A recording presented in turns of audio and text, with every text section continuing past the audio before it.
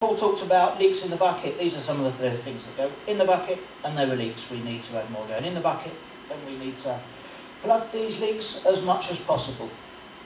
Part of that is as businesses looking after each other as well.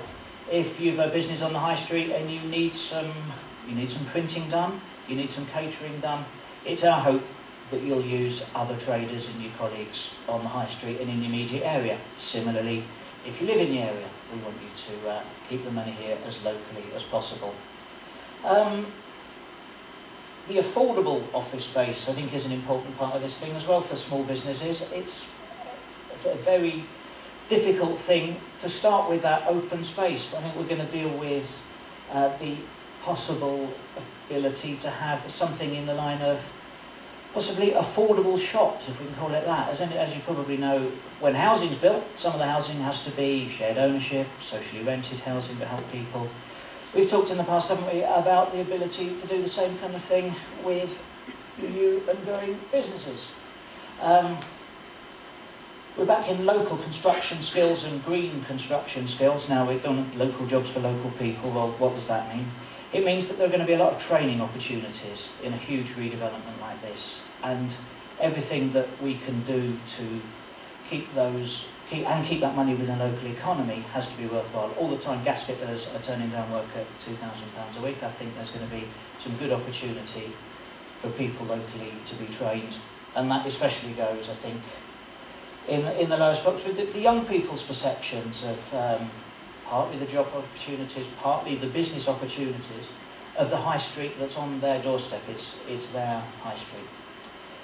So the recommendations, reinvesting community recommendations, a greater variance of retail unit size. Well, I guess that's obvious. Some people, I think Butterfly Girl was at 140 square metres or something like that, and growing up from there. As I was talking before, incubation, rental agreements and business support for these new buildings.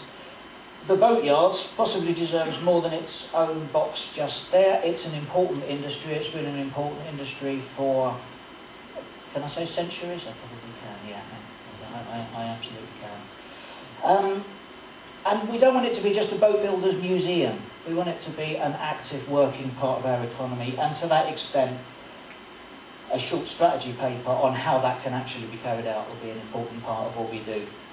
A new youth centre, yeah, we all wanted that for too long, I think. Whether that means build or create, we'll see. More family housing, affordable housing, and the pod flats near the boatyard. It's interesting that if we create a thriving boat industry, then people might not want to live somewhere where they start building boats at 7:30 every morning. So maybe there's an opportunity to be a little bit imaginative on that one. There's going to be a huge transition, as we've said, and we need to support the businesses that we have and the businesses that are going to come in. It would be good if the traders that are here at the moment could have first options on some of the new units. I think everybody would like to see that.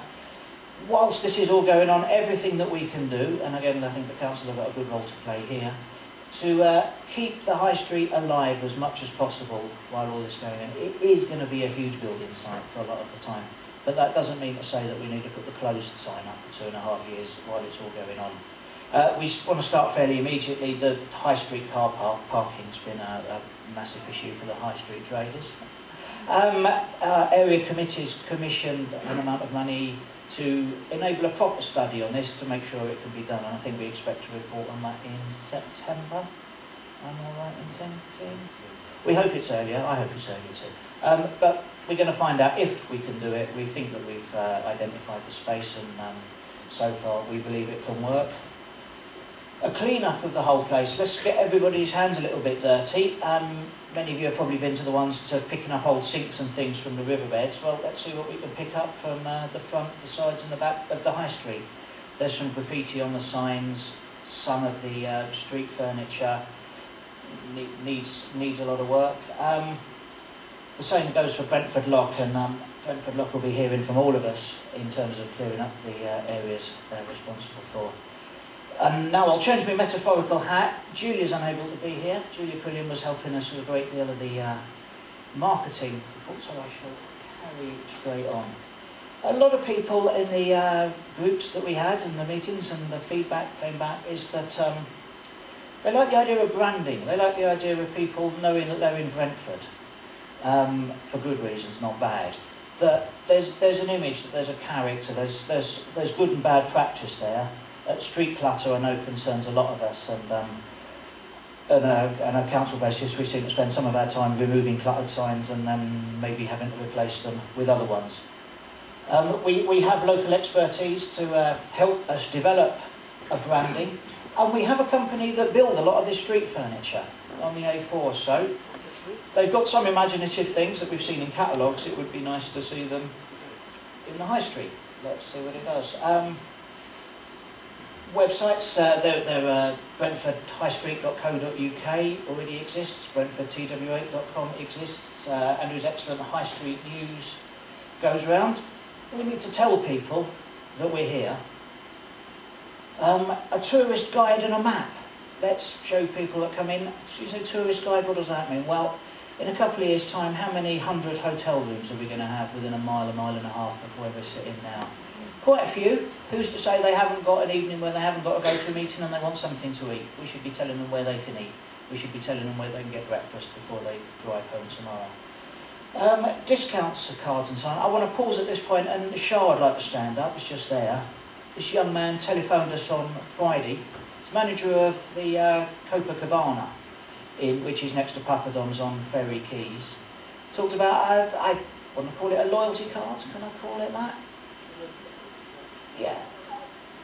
You sign up, you give us the details, where you live, your email address and so on. In return, I think it was 10% off meals in Papadon's, 50 quid off teeth whitening. Lots of good things. Again, if you've got to decide where to go and eat with your friends from Chiswick, and you've got a card in your back pocket that gives you 10% off at Papadon's and 10% off at other places, what are you going to do? You're going to get them to come here, and we'll have more money going in our Brentford bucket. Small things and quick victories. Christmas lights. We'd like to see some Christmas lights down both sides. Yeah, it's all there. Things we find it's work. What we can do it. We find some sponsorship, and it's just we brighten the place up. We make ourselves feel better about the place. The new channels. I don't know.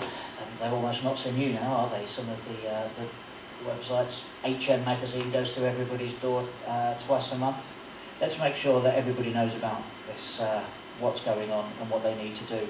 At the bottom of the wedge card is basically a version of what Shah was intended to bring in. And I think we all want one, don't we?